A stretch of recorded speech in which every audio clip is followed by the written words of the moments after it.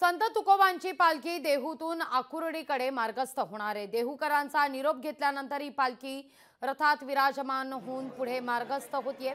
त्यासाठी या पालखी रथाला आकर्षक फुलांची सजावट करण्यात आलेली आहे।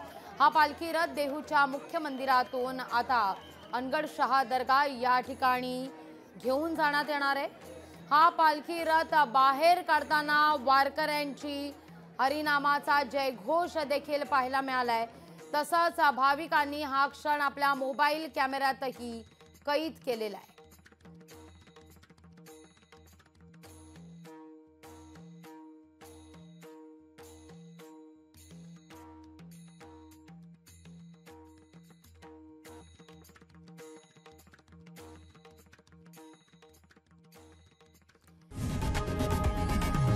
लोकशाही मराठी ऐका, पहा, जागरूक रहा।